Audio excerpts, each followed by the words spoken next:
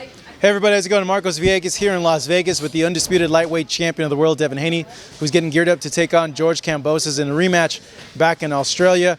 Just finished working out for us, Devin. I was shocked. Like, you look razor sharp, man. And I sense that based on what you showed us, like, you want to stop George Kambosos in this second fight. Yeah, at the end of the day, we'll see what type of fight, how it plays out. You know, we prepare for it all. We prepare for, the box to knock out. We prepare for everything. So we're prepared for whatever, and we'll see October 15th. With you becoming the undisputed champion, what has that done for your approach to boxing and your confidence? It's definitely, boosting my confidence. And I think I will fight better because, just being the man, finally getting my just due, just brought a different type of confidence to me. Even though I don't show it because I will never change, as a person. But, inside it's just a different confidence, and it will show on October 15th. I think it already showed in the workout. Like, I got the sense that, like, you're just sure of yourself, and, like, like, no one can mess with me. Yeah. It's just the belts just give you a different type of confidence in the ring, and you're definitely right about that. What do you make of the approach that George has taken this second time around? He's not as vocal in the media like he was in the first. He's not doing as many interviews. How do you take that, and do you find that strange at all? No, I don't find it strange. He should have, toned it down a lot more the first time. At the end of the day, he took it. It got to his head, and he started to really believe in the stuff that he was saying, and it worked against him. What'd you make of the stuff that he was saying in the build-up to that? I didn't pay attention too much to it. It was nonsense, so I knew not to really feed into it. But I think he was doing it to get in my head, and it worked against him, and it got in his head. With the issues that happened in the first fight, mainly, a lot of your team not being able to go over there, has that all been sorted out? We're not going to get that same situation happen again where your dad can't go and a lot of your team members can't go into Australia. Yeah. My dad has been sorted. We're still working on some team members, but for the most part, most important is my dad will be able to. They already approved him to get in.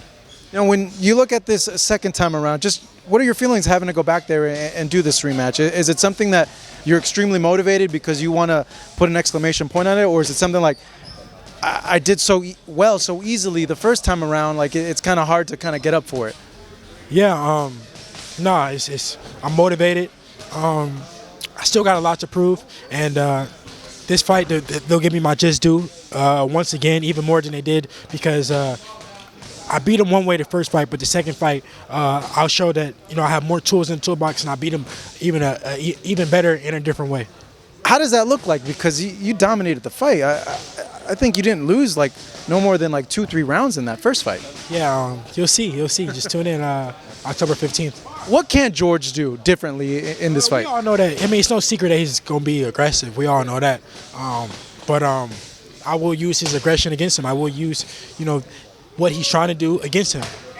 I read some of the comments with content that we put out with you in it, and you have a lot of fans say, hey, why aren't any of these fighters calling out Devin? Like, why are they always, when they're asked about fighting Devin, they always defer to someone else? What's your take on that and your feeling on that? Do you feel that the other fighters at 135 are choosing not to face you and deferring to fight you? I mean, I used to think that it was because they didn't. It was a belt situation, but now that I got everything, they still don't want to fight me. So it just proves that how much of a threat that I really am, and they care about keeping an O. The fighters, they don't want to lose, so it's obvious. Is it something that it's annoying to you at all? I mean, in due time, these fights will happen. I understand that. So when they happen, I'll be ready. It's not really annoying. I know that I'm gonna just keep beating whoever they put in front of me. Now, when I spoke to you the day before the last Kambosos fight at the weigh-in, I had asked you, hey, how was the weight feeling for you? And you're like, well, this cut was really good because I got a new nutritionist and they helped with me, but I am growing. I don't know how long I'm going to be at. At this point, how are you feeling at 135? Right now, actually, my weight is coming along really good. And we just got to see, obviously the last pounds and the last is what really shows, how you really feel in the fight. So we just got to see. But as of right now, my weight is great. And I think it will be easier this time because the faster turnaround. I cut weight 3 months ago. So yeah, so it won't be as bad, hopefully. Are you able to hold out at 135 so that a fight between you and Vasyl Lomachenko can happen? Yeah, if it all makes sense, yeah, definitely. I think it's a big fight, a great fight. It's a fight that I would love. I've been calling for the fight for a long time now, so hopefully it happens soon.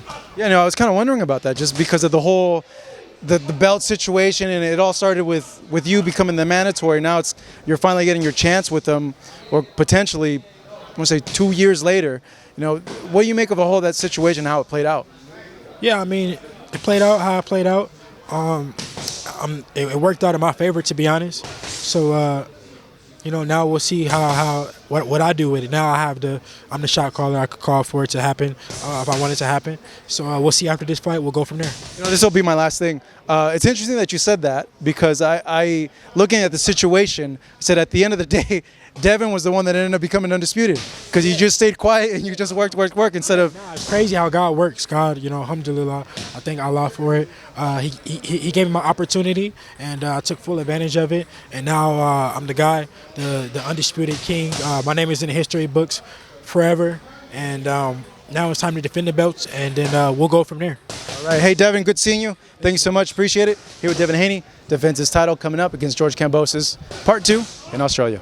Pound for pound fast.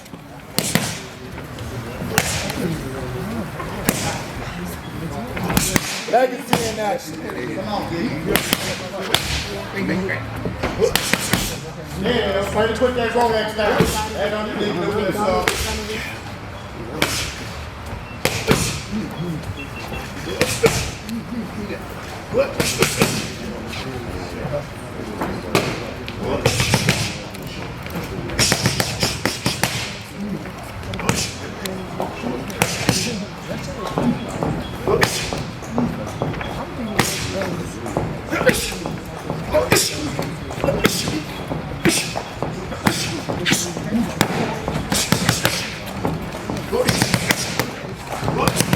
Super live, all night long. There you go.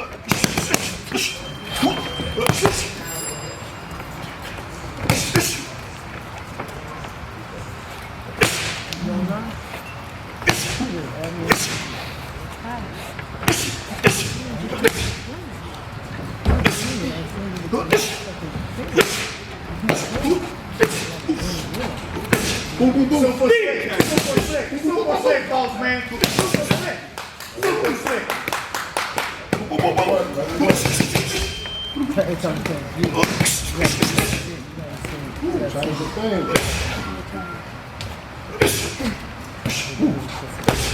I see it.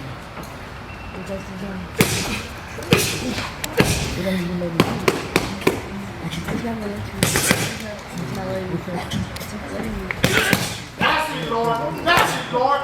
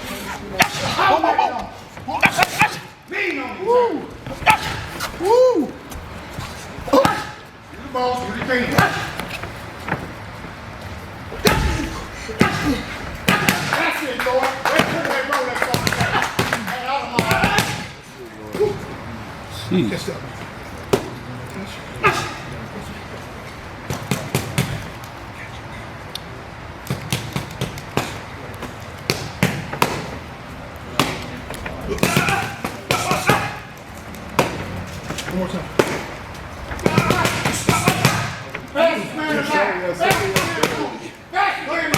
Yes, sir. Yes, sir. Walk speed. Yes, sir.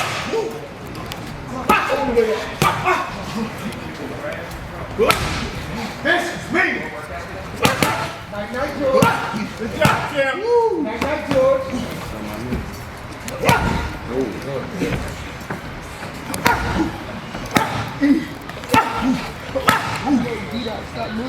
Undisputed truth. Undisputed truth for no excuse. DXP!